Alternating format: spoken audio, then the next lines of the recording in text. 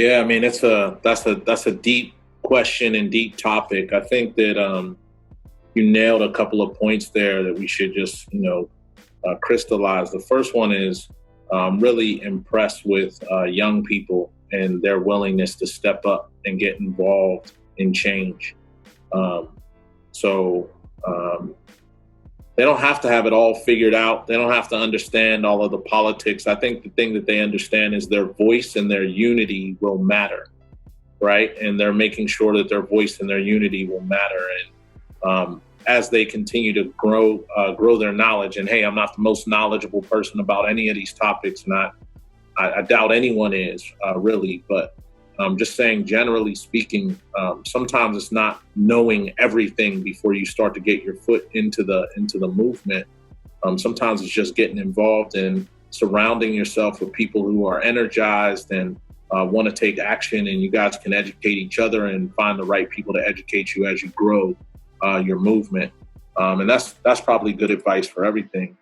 The other thing I'd say is there's a lot of symptoms being exposed to a larger issue. I heard a really good analogy yesterday. The analogy was, imagine if you had a house and the foundation was cracked and the roof had holes in it, and someone showed up at your house with a bunch of paint and painted the inside, made it look good, and bought you new furniture. Would that house be in any better situation, right? And the country, America, has not dealt with its foundational issue. The foundational issue is slavery, imperialism, and genocide. And until you deal with slavery, imperialism, and genocide, and just mass murder and death, right, to create wealth and to create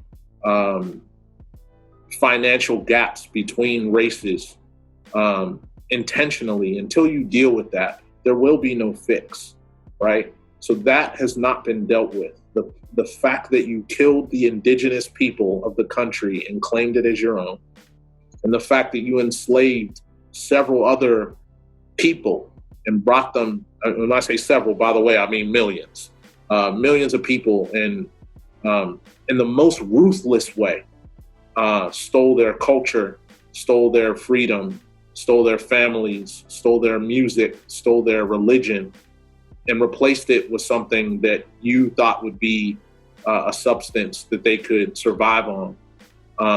The brutality, the death, the violence, the rape, the theft, all of these things, until those things are dealt with, there will be no fix, right? Until we're willing to admit that all of the people that we herald as billionaires and people are supposed to be these business geniuses, they just had advantages through theft and debt, right? So until we deal with those, there is no fix. This is going to continue, and it will continue to boil. So those are the issues that we need to continue to look at. How did we get here, and was it intentional? And the answer is, we got here through theft, death, genocide, and violence and murder. And was it intentional? Absolutely. So until we admit that and deal with the repercussions of that, there is no fix, there is no politician, there is no conversation, there is no bill, right? All of those things are just things that are going to be paint and furniture on the inside of a house that has a cracked foundation and holes in the roof, right? A we got to fix on those a things gunshot first. wound. That's right, Yeah. Band-Aids, man. So Band-Aids on a gunshot wound. Yeah, I'm looking for us to first just admit and start that conversation and deal with that. And I just feel that most of the people that we call leaders or powerful in the country would never admit that. I heard this story that the woman that accused Emmett Till of the things that he was murdered for admitted that she was lying on her deathbed. Right. And I feel like that conversation probably should have happened long before her deathbed. And I feel like most of the people in the generation or the generations before that or the generations before that that have a strong connection to or benefit from those practices will never admit these things. And that's how the country's built. And it's sad, but once we admit that, then we can really start to take action. And if we're dealing with the surface instead of that foundation, we're never going to find results. And this is why my parents and my grandparents were a part of some of very similar marches that are happening right now. And the march is not going to do it. I appreciate the march, but that alone is not going to do it. Well, Pittsburgh is kind of like ground zero after that Antoine Rose shooting. It's interesting because in America, racism is so deeply ingrained that when you speak out against it, it comes off to a lot of these patriot type individuals that you're speaking out against America itself. So the youth sometimes from different generations can feel frustrated, like we're not making a dent in housing. We're not making a dent in racism. We're not making a dent in Black advancement, but we are. And I think this generation feels the power of their voice. They feel the power of unity. They see it actually making some changes, but the changes that are being made are Band-Aids on a bullet wound.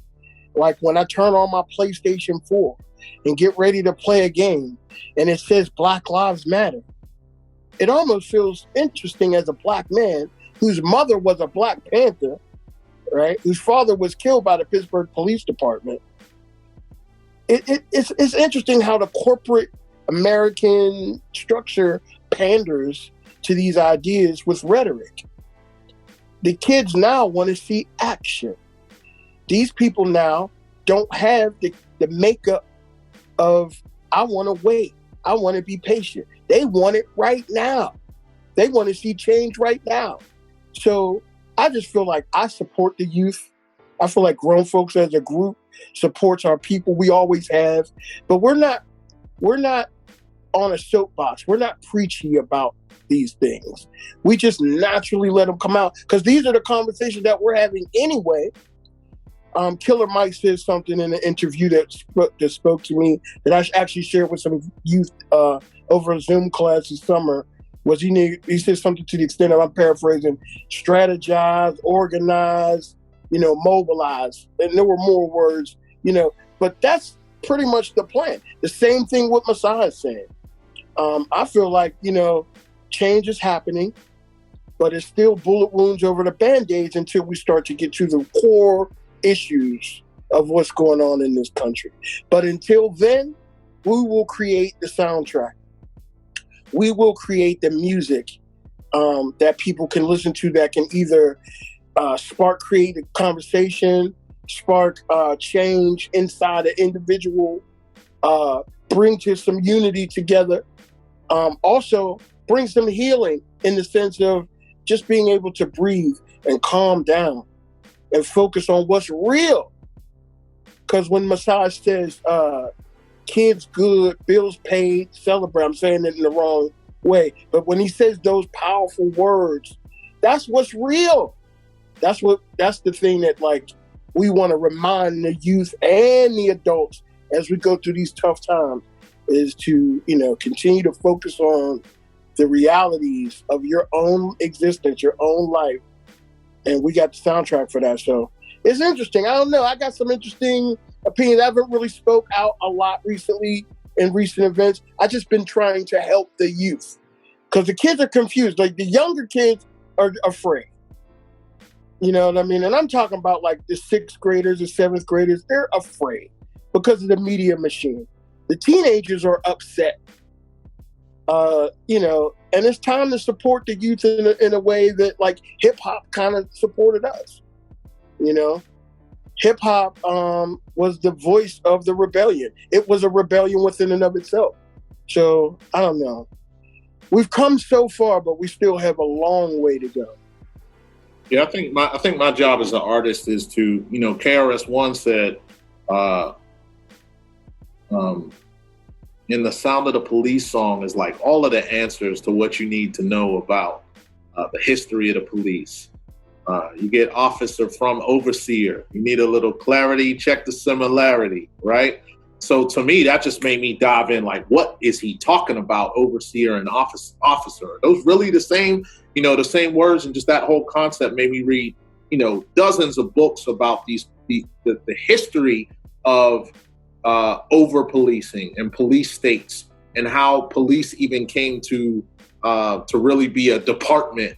And it was really to go recapture escaped slaves and to do stop and frisk on any free black men, right? And that could result in a lynching, that could result in murder, that could result in returning people to a plantation that they weren't freed from. And that's the origins of some of the police in America, right? And just those lyrics in that song made me become a lot more educated, so that I could now continue that conversation and make that even go a little bit further.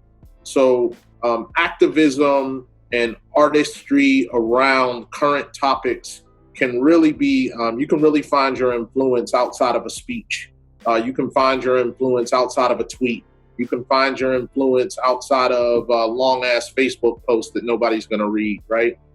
Sometimes it's just sparking the idea or pointing people in the direction of information that's going to help them become a lot more armed for the situations that they deal with. So that's really where I see our position, to create art that really makes people think and continue to do their additional research, learn about what we're even referencing.